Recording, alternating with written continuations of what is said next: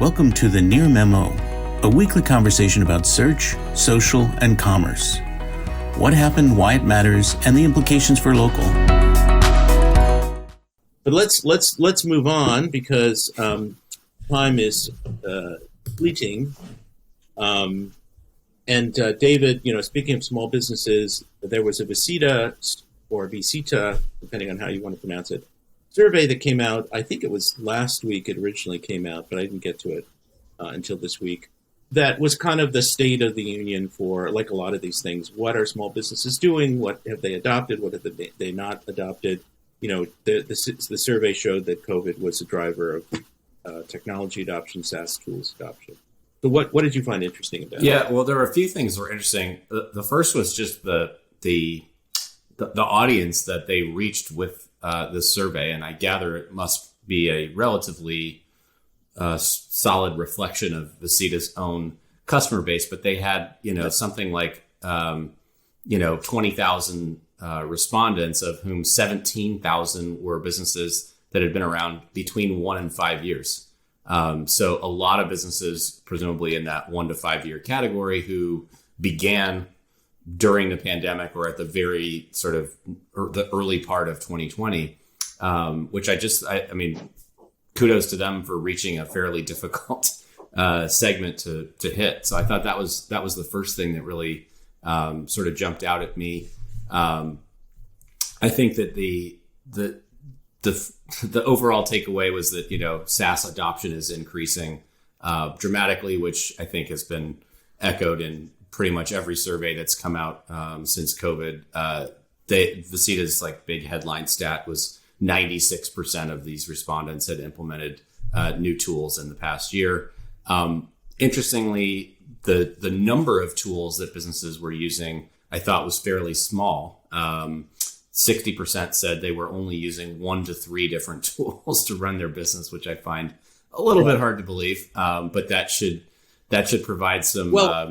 Go ahead, Greg. I'm sorry, I don't mean to interrupt you, but that like Gmail, Google Workspace, and Office 365. Do those qualify? That's a good question. And that's what I was going to say. I find that hard to believe, but directionally that should provide some encouragement for the Thrives of the world, and even increasingly the Shopifys, the Squarespaces, the Squares, where they're providing everything in an all-in-one package. We've heard that as the sort of the ultimate goal for a lot of these companies for years, in terms of businesses only want to work with 20 years. Businesses only want to work with one vendor. This would seem to suggest that that's already happening. Again, I'm a little bit skeptical of that finding. It sort of depends on how they define these tools, for sure. There were 2 other really interesting points.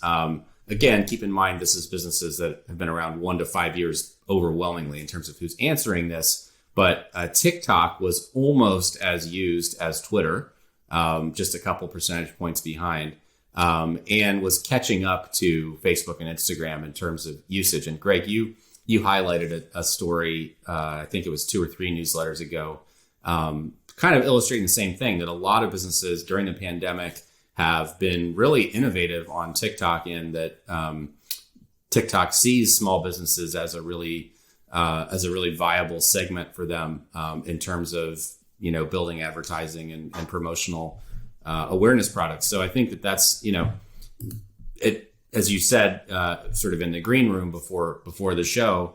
This kind of study makes it a little bit harder for an antitrust move against Facebook if there is a nascent social media player, in addition to Twitter, that's capturing some significant market share. So I think that was definitely an interesting finding for me. And then the last one was sort of, they asked about the popularity of communication tools for small businesses to their customers during the pandemic, and email was preferred basically 3 to 1 over texting. So the question was, what is the best way you found to communicate with your clients? Emails were 32%, and texts were 10.5%. So that's a really interesting finding. Kind of cuts again. I mean, I was, as a longtime email guy, I of course was sort of happy to see that, but it cuts against the grain of a lot of what we've been hearing about, texting is preferred and blah, blah, blah, blah, blah. I think overwhelmingly the big takeaway there would be, okay, email's only a third, right? And so you really need to adopt a sort of more omni-channel strategy if you're a business, which speaks to the value of, not to insert an unpaid plug, but Aaron Weike from Leadferno has been on this bandwagon for quite a while, that you have to meet your customer kind of where they are. And so even if your preferred channel as a business is email, that might not be your customer's preferred channel. They might want to DM you on Instagram or GMB or text you or whatever. And so you really need a more comprehensive messaging strategy than just email.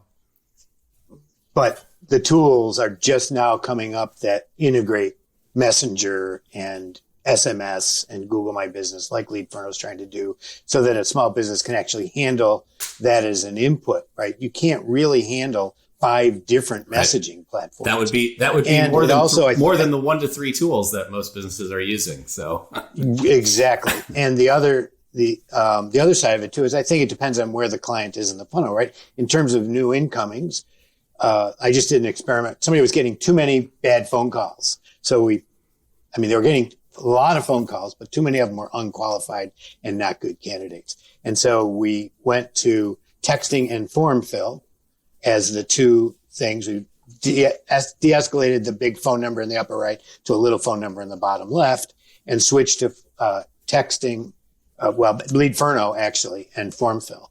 And their lead quality has jumped dramatically. And their calls dropped by 35%, but the bulk of the calls are now coming from geolocated pre-qualified leads via GMB. So in that sense, they are properly qualified because they're calling from in market, which is what the problem was. They were getting too many national calls. And so, which is interesting that, they needed to sort of reduce the incomings to be able to better focus on the important ones that were coming in. And they chose forms and text to do that.